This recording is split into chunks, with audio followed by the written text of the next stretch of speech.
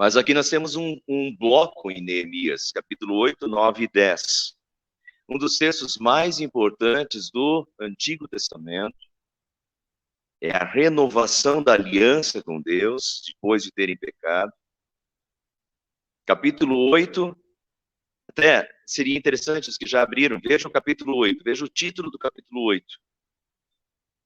Título do capítulo 8, a leitura pública da lei. A leitura pública da lei. Primeiro eles leram a lei de Deus. Isso nós vimos no dia 31.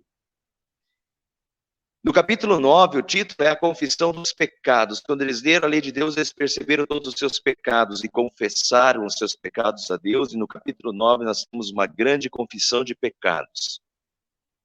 E no capítulo 10, olha o título, peguem o 9:38, porque começa no 9:38.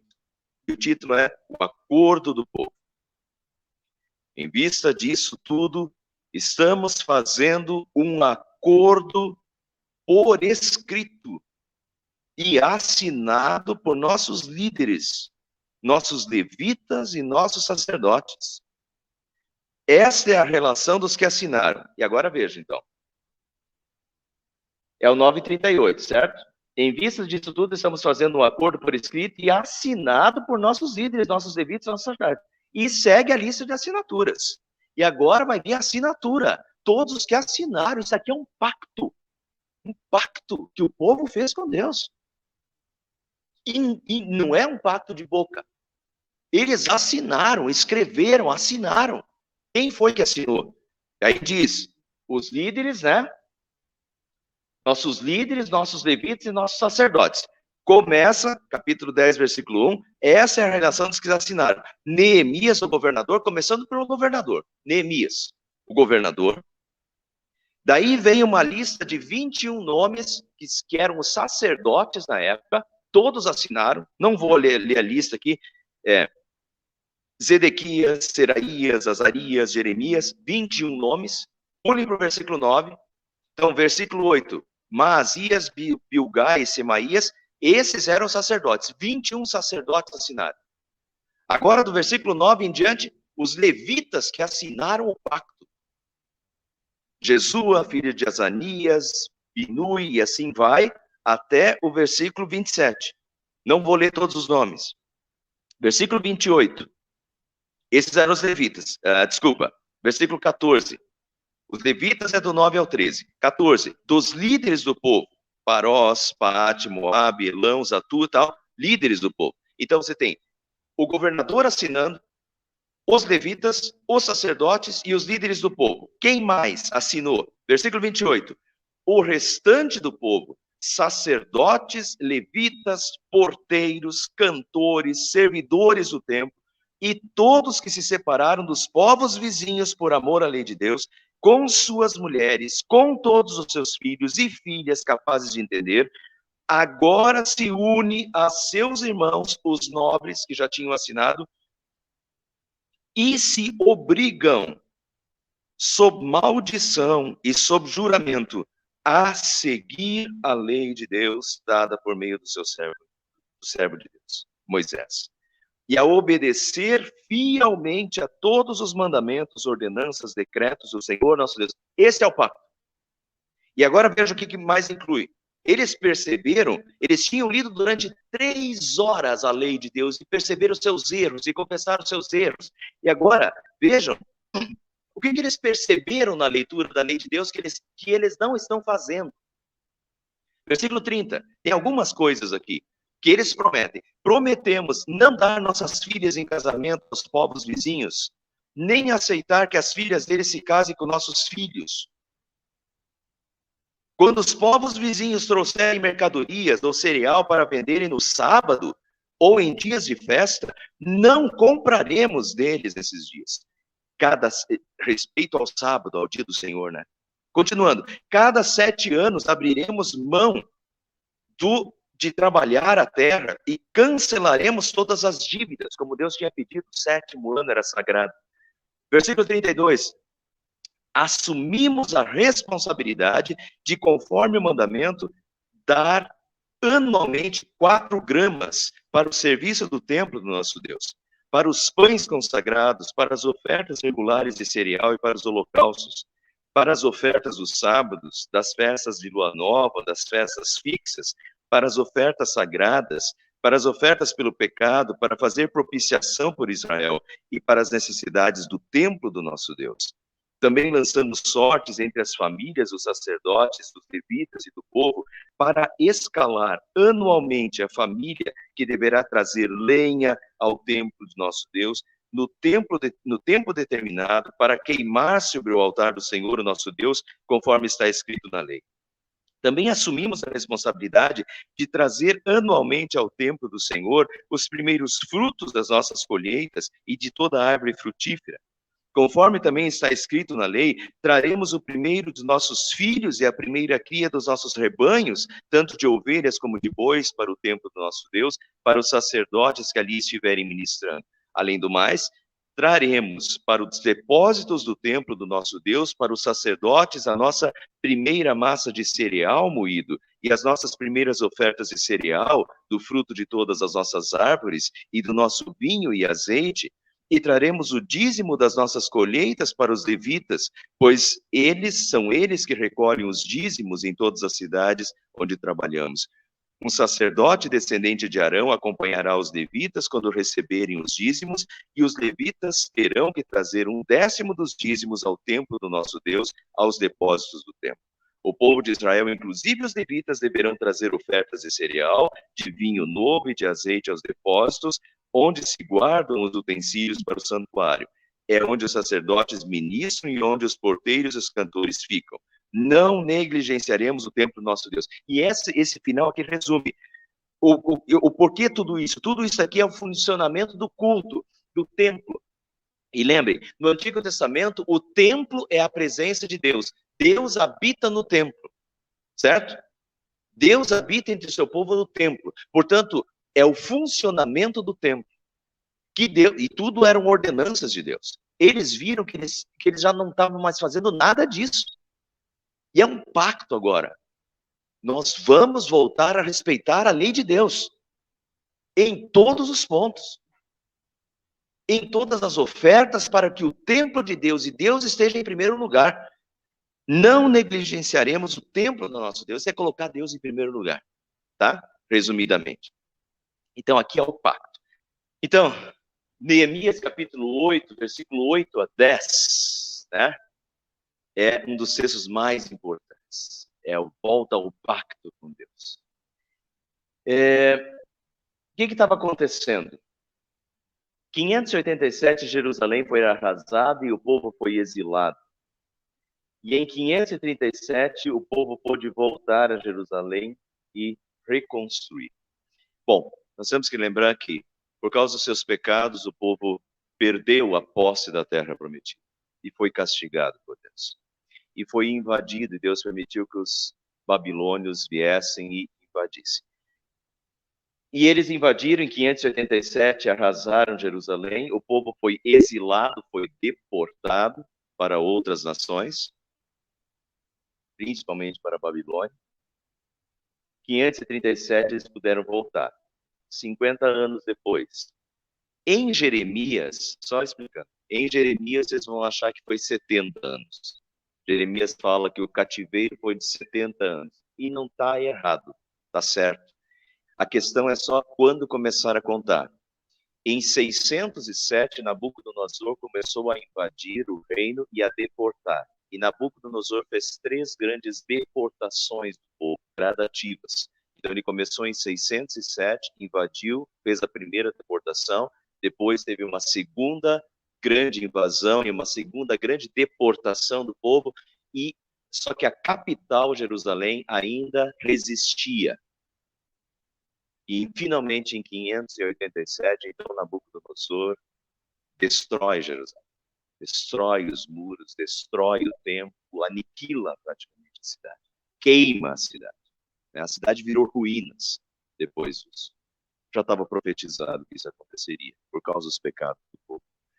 Então, se a gente começar a contar em 607, a primeira deportação, você vai ter 70 anos. Ou começa a contar a partir de quando Jerusalém, a capital, cai, daí dá 50 anos.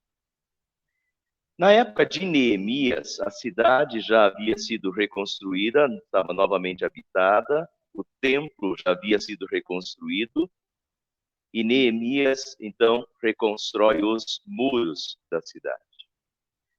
E é uma hora de reavaliação e de recomeço. Após a destruição, era necessário avaliar os erros do passado para construir o futuro. E esse é o momento.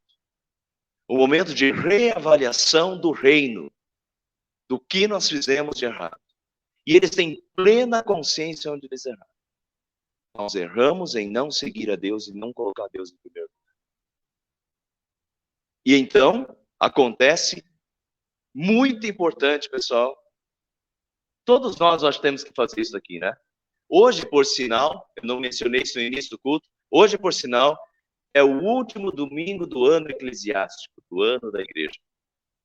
Próximo domingo, já estamos aí, próximo domingo começa o Advento, né? Vinda de Jesus, período ali pré-natal. Mas hoje é o último domingo do ano da igreja, do ano eclesiástico. Deveria ser um domingo de reavaliação para todos. Ou, se quiserem fazer no final do ano, viu, Douglas? Pode fazer no dia 31, lá não tem problema. Mas reavalie a vida. Nós precisamos de reavaliação da vida. O que nós fizemos de errado para construir o futuro de uma forma correta. Então, Neemias 8, 1-3 diz que todo o povo de Israel estava morando nas suas cidades, todos se reuniram em Jerusalém, na praça, e então pediram a Esdras, o sacerdote e mestre da lei, que trouxesse o livro da lei, que o Senhor Deus tinha dado ao povo de Israel por meio de Moisés. Esdras levou o livro para o lugar onde o povo estava reunido, os homens e as mulheres e as crianças que já tinham idade para entender, e ali na praça Esdras deu a lei para o povo, desde o nascer do sol até o meio-dia, e todos ouviram com atenção. Fazia 50 anos que eles estavam afastados. 50 anos que eles tinham ficado exilados. Agora eles voltam, e eles voltam a ler. E durante uma manhã inteira, eles ouvem a leitura da lei de Deus que eles já não ouviam. Há mais de 50 anos levou para voltar, mais 80 anos até Neemias, 130 anos mais. Qual é a consequência? Então, os levitas explicaram a lei para o povo. Eles iam lendo o livro da lei e davam explicações para que o povo entendesse o que era lido. Quando ouviram a leitura da lei, eles ficaram tão comovidos que começaram a chorar. E todo o povo chorava ouvindo as palavras. Pode ter sido um choro de emoção por novamente escutar a palavra de Deus.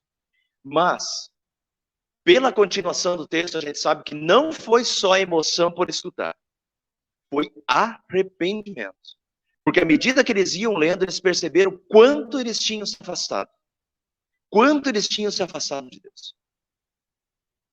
E que tudo que lhes aconteceu foi justo e merecido o castigo de Deus.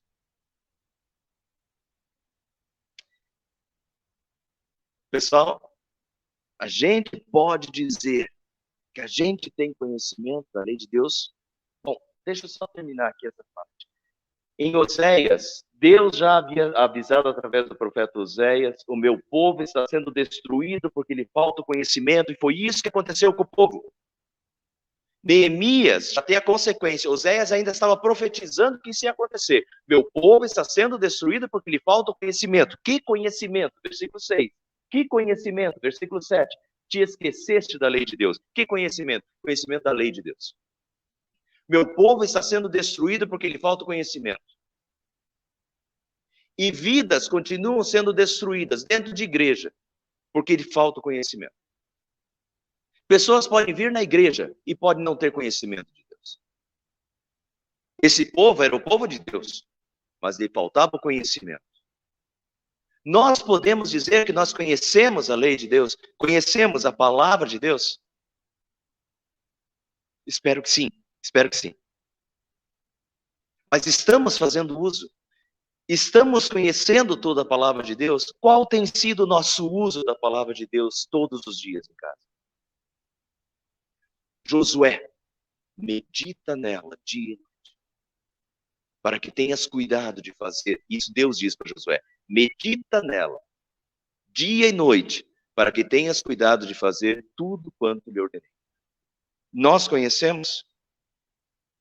O meu povo está sendo destruído porque lhe falta conhecimento. As pessoas às vezes não conhecem, e por não conhecer, vidas estão destruindo a sua vida. Porque daí sai da igreja e faz o que quer. E quando faz o que quer, destrói a sua vida. Entende?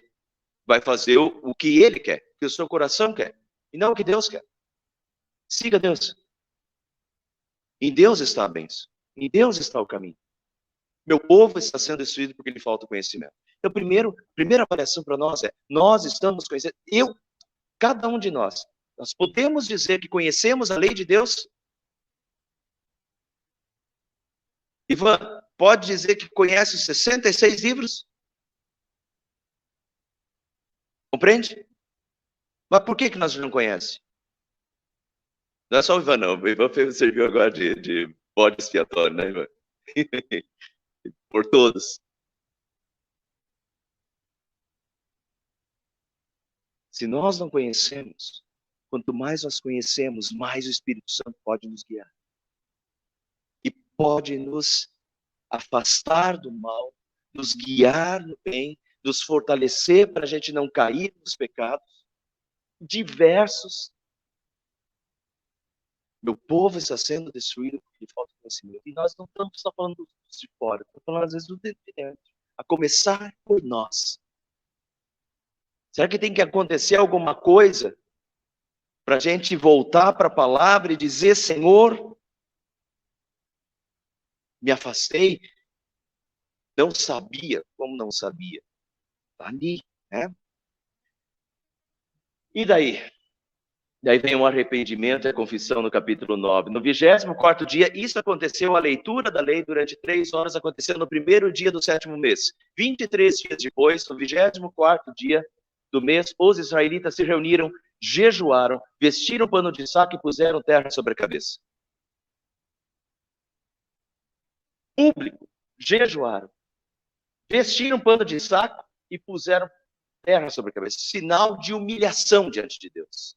De que estavam arrependidos. E era um sinal físico. Não é só de... E a gente tem que cuidar com isso. Não é só da boca para fora. Arrependimento. Senhor, me perdoa por tudo, amém. Final do dia, né? Oração da cama. Senhor, me perdoa por tudo, amém. Já dormiu. Nem refletiu o que fez. O que fez de errado? O que precisa ser feito melhor amanhã? O que precisa ser feito diferente amanhã? Né? Um arrependimento, às vezes, da boca para fora. Não é isso. Eles estão arrependidos, eles mostram esse arrependimento, que eles se cobrem de pano de saco, que é sinal de humilhação, põe terra na cabeça, é físico. Isso tem que ser de todo o coração, tem que ser de toda a vida. Senhor, eu realmente me arrependo de tudo que eu fiz e vou fazer diferente. Arrependimento, a palavra grega para arrependimento significa mudança de coração, mudança de atitude, mudança de vida, metanoia. Metanoia é mudança de atitude, mudança de vida, mudança de coração. Enquanto você não está disposto a mudar de vida, você não está arrependido. Porque arrependimento significa mudança de atitude, mudança de vida, reconhecer que eu fiz errado e eu não quero mais fazer isso, Senhor, porque eu sei que é pecado contra ti. Arrependimento verdadeiro, sincero, né? Levantaram-se, confessaram seus pecados e a maldade dos seus antepassados, leram o livro da lei do Senhor durante 3 horas, de novo, leram durante 3 horas, passaram outras 3 horas confessando seus pecados e adorando o Senhor, seu Deus. E daí eles têm um louvor a Deus. Deus é o Criador, só Tu és o Senhor. Fizeste os céus e a terra, fizeste a vida, todos os seres humanos, e começa por nós. Senhor, Tu és o meu Criador, Tu me criaste, minha vida é um dom que eu recebi de Ti. O que eu estou fazendo da vida? Mas obrigado pela vida. Deus estabeleceu aliança e é fiel. Tu és o Senhor, Tu, ó Senhor, escolheu Abraão, fizeste com ele uma aliança, cumpriste a Tua promessa, porque Tu és justo. Obrigado, Senhor, Tu és o meu Criador, Tu me criaste, me deste a vida, estou vivo aqui por causa de Ti. Obrigado. Tu és fiel à aliança. Deste a vida por mim. Obrigado, Senhor. Deus salvou do Egito, viste o sofrimento dos nossos antepassados no Egito. Deus os protegeu e guiou com a nuvem, tu os conduziste de dia como uma nuvem, de noite como uma coluna de fogo. Tudo, eles estão lembrando tudo, a bondade de Deus, tudo que Deus já fez. Tu desceste o Monte Sinai, desce-lhes ordenanças justas, leis verdadeiras, decretos, mandamentos excelentes, nos quais Deus está guiando o seu povo no caminho, lâmpada para os seus pés, luz para o seu caminho. Aqui é o caminho de um Deus que nos criou, que nos salvou e que quer o nosso bem. As justas são as suas ordenanças, são excelentes. E tu fizeste isso, tu falaste conosco, tu nos guias. Deus providenciou o pão de cada dia, na fome desce-lhes pão do céu, maná, durante o deserto, e na sede tiraste para eles água da rocha. O pão nosso de cada dia nos dá hoje. Glória a Deus. Deus é fiel. Deus me deu a vida, Deus me salvou em seu Filho Jesus Cristo na cruz, que se sacrificou para os meus pecados, e Deus me dá o pão de cada dia, né? Deu-lhes a terra prometida, mandaste-os entrar e tomar posse da terra que, sob juramento, tinha-lhes prometido dar-lhes. Mas o povo não respondeu com fidelidade. Mas Deus fez tudo isso. Mas os nossos antepassados tornaram-se arrogantes e obstinados e não obedeceram aos seus mandamentos. Eles se recusaram a ouvir-te e esqueceram-se dos seus milagres que realizaste entre eles. Mas tu és Deus perdoador, um Deus bondoso, misericordioso, muito paciente, cheio de amor. O povo fez tudo, Deus continua perdoador e Deus bondoso e misericordioso. Mesmo quando fundiram para si um ídolo na forma de bezerro, quando proferiram blasfêmias terríveis, no deserto, Deus tinha acabado de tirar eles do Egito, e eles no deserto, o povo ingrato, né? Moisés desce do monte e já estão com o bezerro de ouro lá. E durante o deserto, queixas, murmúrios e tal. Foi por sua compaixão que não os abandonaste no deserto. Mas foram desobedientes e se rebelaram contra ti, deram as costas para a tua lei. Por isso tu os entregaste nas mãos dos seus inimigos que os oprimiram. Mas quando foram oprimidos, clamaram a ti. Dos céus tu os ouviste, na tua grande compaixão, de novo, compaixão de Deus, desce-lhes libertadores que os livraram das mãos dos seus inimigos. Esse é o ciclo dos juízes. O povo peca, vai viver sua vida, né? Quando está tudo aí, se desgraça. Quando está desgraçado, na M, aí lembra de Deus. E daí volta para Deus. E clama a Deus. E Deus, misericordiosamente, na sua grande compaixão, dá libertadores. Meus irmãos, quando está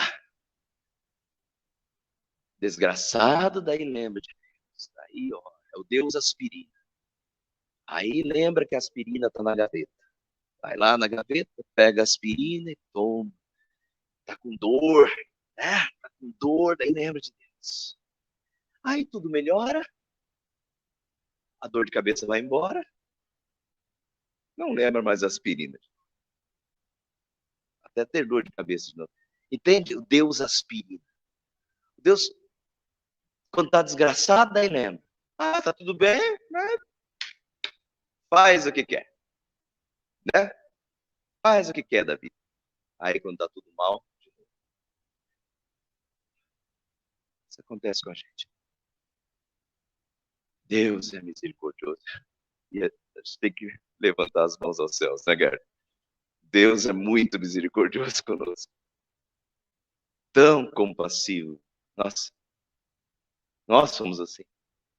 Mas tão logo voltavam a ter paz, Deus os livrava, voltava a ter paz, de novo fazia o que tu reprova. Quando tá mal, vem para a igreja. Quando tá bem, aparece cada 3 meses na igreja. Não tem necessidade. Né? Quando tem paz, faça-se de Deus. Né? Tem tanta coisa mais interessante para fazer do que vir aqui cultuar a Deus, né?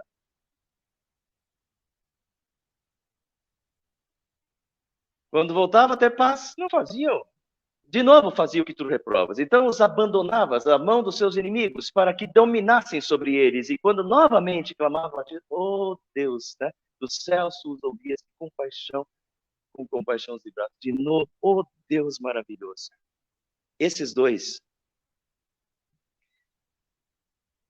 fazem uma malandragem, aviso. Segunda malandragem, aviso. Terceira, um dia sem celular. Hoje em dia é assim, viu? Já modernizamos os métodos. Hoje em dia, um dia sem celular é um castigão, né, o Iane? Tua época tinha que tirar outra coisa. Do freio tinha que tirar os tratores dele lá, mas hoje, tira celular. Assente na pele.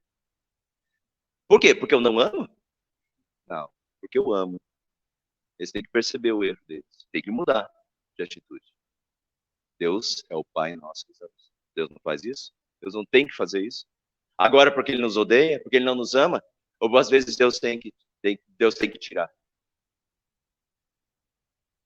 Porque a gente está se afastando, porque a gente está fazendo completamente errado, tá? Entendeu? E Deus às vezes tem que tirar. Às vezes Deus tem que punir. Às vezes Deus tem que castigar. Menos ou mais severamente, depende do que aconteceu. Quantos avisos Ele já deu. O fato é, veja que Deus é compaixão. Tem compaixão, Deus tem misericórdia, Deus tem bondade, Deus sempre de novo aceita e sempre de novo aceita. Sempre, sempre, sempre. Mas o fato é que o povo sempre de novo, quando está tudo bem, se afasta. Aí esquece. Tu os advertiste que voltassem à tua lei, mas eles se tornaram arrogantes, desobedeceram aos teus mandamentos, pecaram contra as suas ordenanças, pelas quais o homem vive se lhes obedece. As ordenanças do Senhor, o homem vive se lhes obedece. A vida flui muito bem se nós obedecemos as ordenanças de Deus. Põe os 10 mandamentos em prática e põe o que Deus colocou em prática, para você ver que vida. Pessoal, vida plena em todos os sentidos. Hein, seu Jaime? O que a vida vai ser pior? Se colocar isso aqui em prática. Poxa. Pelas quais o homem vive se lhes obedece. Com teimosia te deram as costas. Tornaram-se obstinados. Recusaram ouvir-te. Durante muitos anos foste paciente com eles. Deus é muito misericordioso. Por teu espírito, por meio dos profetas, advertiste, né? Primeira, segunda, terceira vez. Contudo, não te deram atenção, de modo que os entregaste nas mãos dos povos vizinhos. Aí Deus entregou. Hora da punição. Tinha que ter. O pai ama e tem que punir. E tem que castigar. E tem que tirar. E daí, agora, nosso Deus, fiel à tua aliança e misericordioso, em tudo que nos aconteceu, foste justo. Olha o reconhecimento. Tudo que nos aconteceu, você foi justo. Agiste com lealdade, mesmo quando fomos infiéis. Nossos reis, nossos líderes, nossos sacerdotes, nossos antepassados não seguiram a tua lei. Não deram atenção ao teu mandamento, nem às advertências que lhe fizeste. Ou seja, nós colhemos o que plantamos. E esse é um reconhecimento. Nós colhemos o que plantamos e tu és fiel no que tu fizeste. Confissão de pecados. E agora vem, pessoal, o acordo, a promessa, o pacto, e se nós quisermos estudar, a aliança. Aliança com Deus. Uma renovação da aliança. Em vista disso tudo, estamos fazendo um acordo por escrito, assinado por nossos líderes, nossos levitas e nossos sacerdotes. Ou seja, leram, perceberam os erros, quanto nós erramos, quanto nós os afastamos, pediram perdão com toda humildade, vestidos de pano de saco, se cobrindo de terra. E agora, o pacto. Assinado.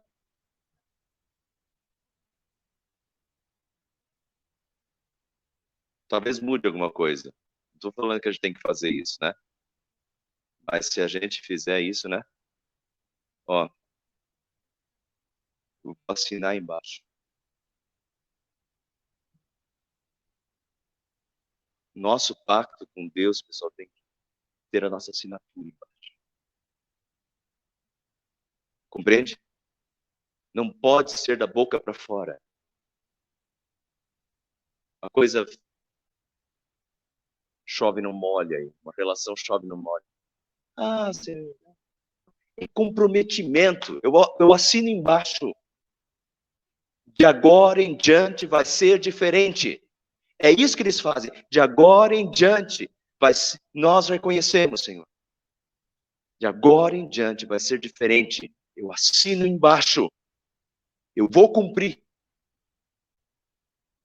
a minha aliança contigo. O restante do povo, sacerdotes, levitas, porteiros, cantores, servidores do templo e todos que se separavam dos povos vizinhos para amor à lei de Deus, com as suas mulheres, com seus filhos, filhas, capazes de entender, agora se unem a seus irmãos, os nobres, se obrigam sob maldição e juramento a seguir a lei de Deus, dada por meio do seu servo Moisés, a obedecer fielmente aos seus mandamentos e ordenanças e decretos. O que eles prometeram? Obedecer fielmente aos mandamentos e ordenanças.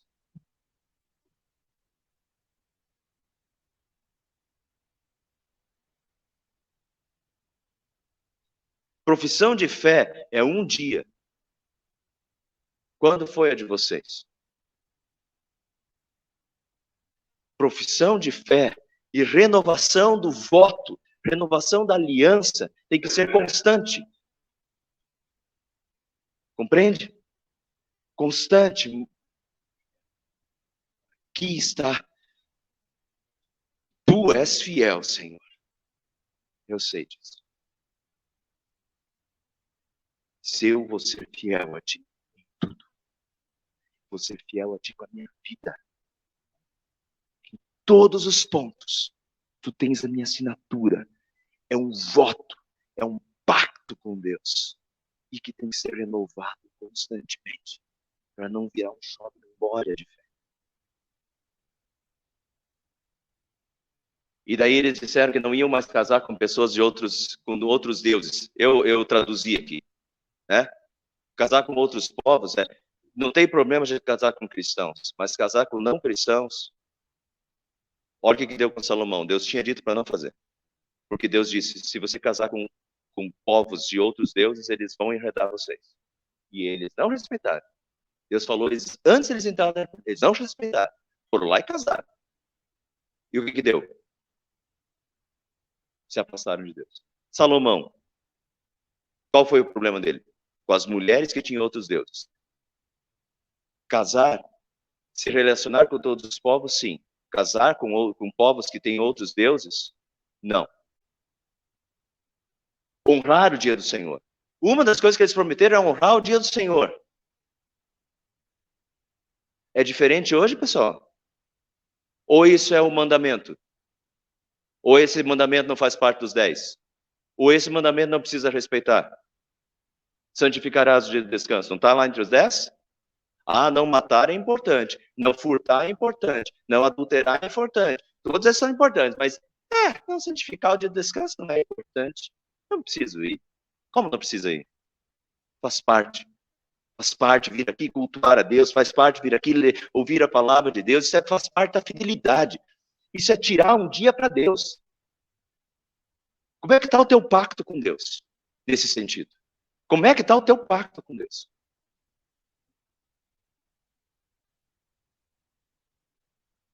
Esse é o dia do Senhor, do meu Criador, do meu Salvador. Esse dia é de Deus. Santificarás o dia do descanso. Trazer os dízimos. Como é que está a nossa vida nesse sentido?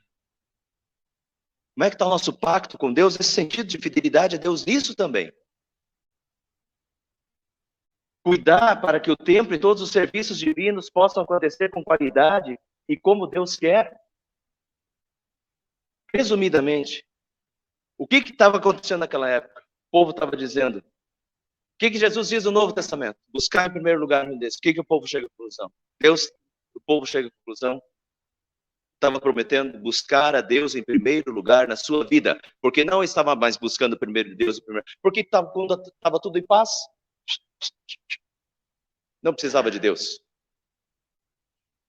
Eles prometeram buscar em primeiro lugar o reino de Deus, honrando o sábado, o dia do descanso, santificar o dia do descanso, trazendo os dízimos, as ofertas, em tudo na vida. Eles estavam prometendo buscar em primeiro lugar o reino de Deus. Como Jesus disse, buscar em primeiro lugar o reino de Deus e a sua justiça. As outras coisas serão acrescentadas. Deus é fiel, mas coloque Deus em primeiro lugar. E o povo voltou a esse pacto. Por isso é tão importante. Isso aqui é um divisor de águas. Eles reconheceram que eles desculpe, ia falar se ferraram, mas eles se desgraçaram. Porque não seguiram. Perceberam e firmaram o pacto. É um divisor de águas. A minha vida daqui para frente vai ser diferente. E por isso nós temos que fazer isso. Nenhum de nós pode dizer está tudo tranquilo. Ou o preço da... Eu estou repetindo isso diversas vezes nos estudos de quinta, né? O preço da liberdade é a eterna vigilância. Tem que sempre voltar com isso, esse pacto com Deus. Como é que está a minha aliança com Deus? Deus é fiel. Eu estou sendo fiel com Deus em tudo, não deixa nada de lado, pessoal. Não deixa nada. Porque o que você deixar de fora, é ali que a cobra, a serpente, Satanás, vai entrar por esse buraquinho e vai destruir, vai causar destruição. Não deixa nada de fora. O que estiver contra a lei de Deus, nós queremos viver para a honra e glória de Deus em tudo. Aquele que deu a sua vida por nós, nós queremos dar a nossa vida por ele sempre, hoje e sempre, até a terra prometida. Ele certamente nos dará. Né? Sermos fiéis, assim embaixo. Todos os dias, fidelidade. Em todos os pontos. Senhor, eu e a minha casa serviremos ao Senhor. E só para concluir, quando foi dito isso aqui? Quem falou isso aqui? Josué. Em que situação Josué falou isso aqui? Então Josué reuniu todas as tribos de Israel, o título é esse, a renovação da aliança. Josué reuniu todas as tribos de Israel em Siquém, convocou as autoridades, os líderes, os juízes, os oficiais de Israel, e eles compareceram. Mesma situação, reuniu todo mundo. De novo, é daqui para frente. E como é que vai ser daqui para frente? Reuniu todo mundo. E Josué disse a todo o povo, agora temam o Senhor, sirvam-no com integridade e fidelidade. Se, porém, não lhes agrada servir ao Senhor, escolham hoje a quem irão servir. Mas eu e a minha casa, e a minha família, serviremos ao Senhor. A decisão é pessoal.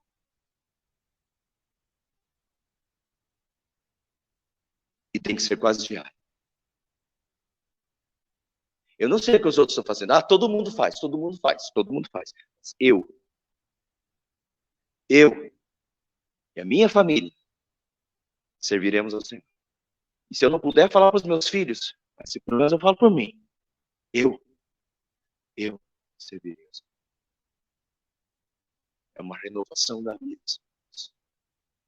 Que nós saiamos aqui hoje de novo, reconhecendo os nossos pecados, buscando a lei de Deus e dizendo com toda, assinando embaixo, compromisso com Deus, eu servirei ao Senhor com integridade e com fidelidade, porque eu sei que Ele é meu Criador, é meu Salvador e Ele é fiel. E eu quero ser fiel a Ele, tudo. Só lhe deu glória. A vida para a glória de Deus. Em tudo, de todas as formas. Amém.